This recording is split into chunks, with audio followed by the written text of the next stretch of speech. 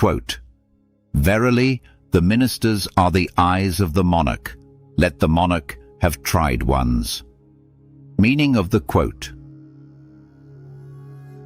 This quote offers timeless insight into leadership, perception, and the necessity of trustworthy counsel.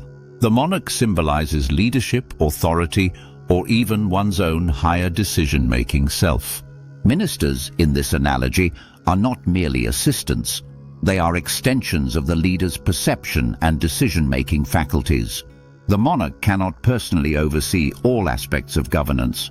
They must rely on others to observe, report, analyze, and advise.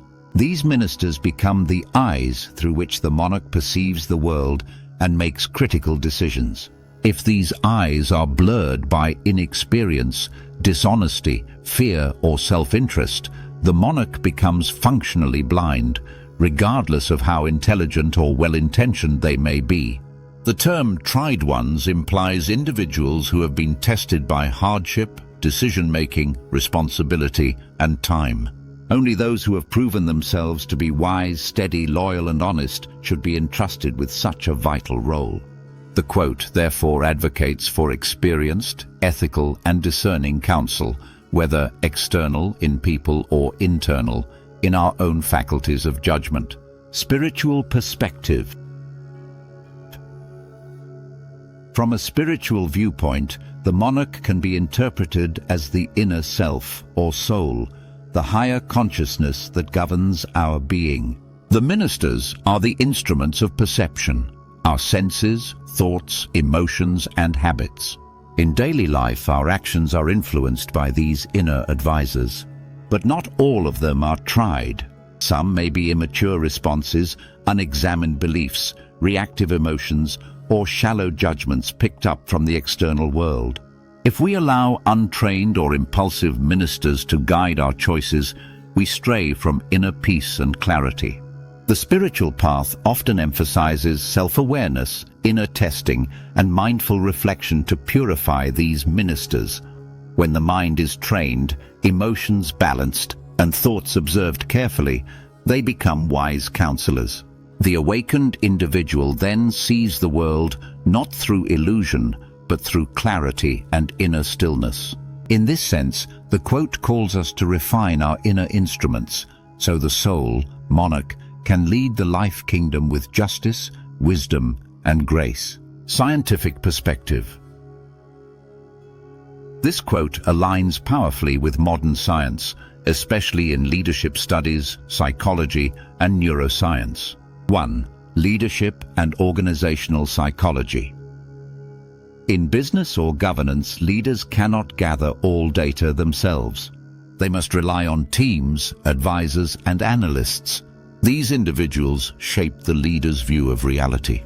If a CEO surrounds themselves with yes-men or people afraid to speak the truth, the company may crumble despite strong leadership at the top. Research consistently shows that diverse, experienced, and honest teams outperform those built on loyalty alone. 2.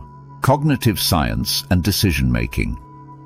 In neuroscience, the brain is constantly interpreting reality through imperfect inputs, the senses, memory, and attention filters. If these inputs are distorted by bias, trauma, or misinformation, then even the best decision-making processes lead to flawed conclusions. This mirrors the quote's idea that perception, the eyes of the monarch, must be trained and tested for reliability. 3. Behavioral economics. Leaders and people in general often fall into cognitive traps such as confirmation bias or groupthink. Surrounding oneself with untested, unchallenging opinions reinforces blind spots. The quote emphasizes the importance of tested, challenging, and truth-speaking advisors, whether they are external people or internal thought processes. Let's bring this wisdom to life through a short story. The Shadow Report.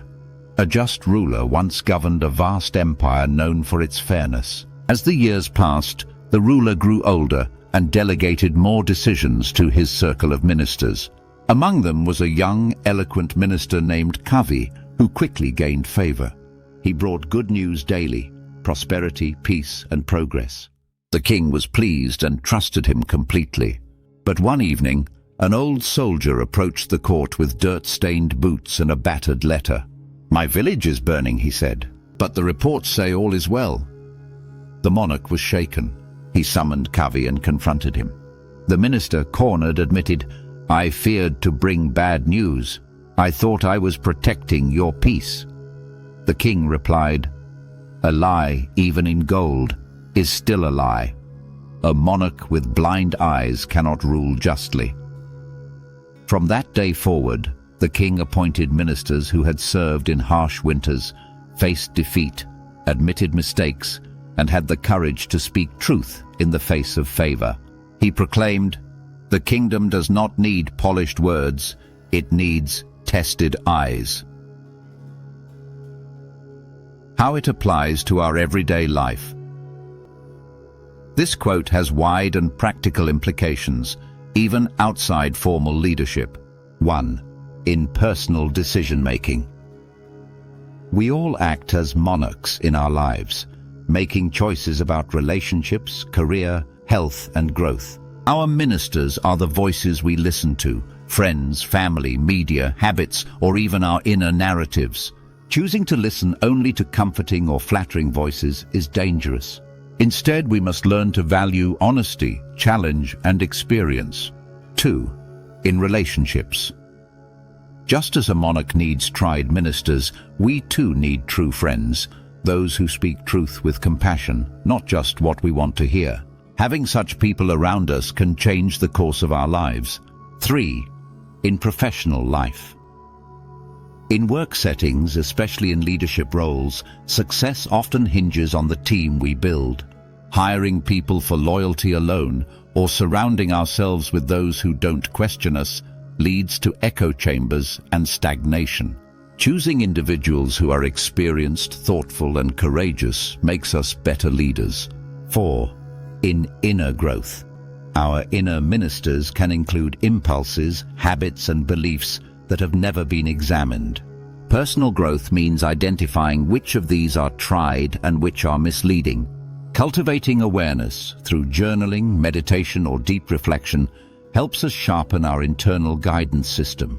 This quote is a profound reminder that no matter how wise or powerful we are, we see the world through intermediaries, people, thoughts, systems, or senses. If those intermediaries are untested or untruthful, our actions, no matter how sincere, may be flawed. But when we surround ourselves with truth-tellers, experienced guides, and clear inner vision, we become not just informed, but wise. True leadership, over others or oneself, begins with choosing the right eyes through which to see. Thank you for joining this exploration of wisdom. If this message resonated with you, like, share, and subscribe for more insights into timeless truths. Remember, every great journey begins with a single step, and every great idea begins with a strong foundation. See you in the next episode.